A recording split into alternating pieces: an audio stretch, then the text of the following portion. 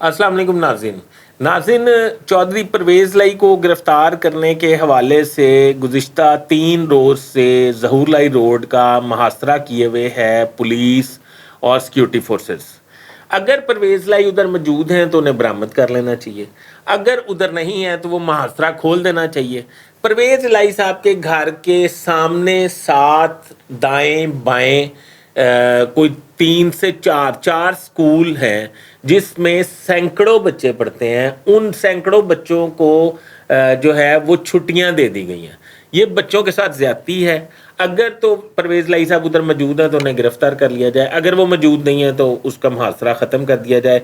मैं ये समझता हूँ कि ये परवेज़ लाई को गिरफ्तार करने की कोशिश कम और डराओ ते नसाओ कोशिश ज़्यादा है। परवेज़ लाई ने तो तहरीक-ए-इंसाफ छोड़नी है, उनको क्यों इतना डरा रहे हैं? ये मेरा एक सवाल है। नाज़रीन अपने कमेंट से ज़रूर आगाह कीजिएगा। अपने होस्ट फैसल अदीस भट्ट को इजाज़त दीजिए।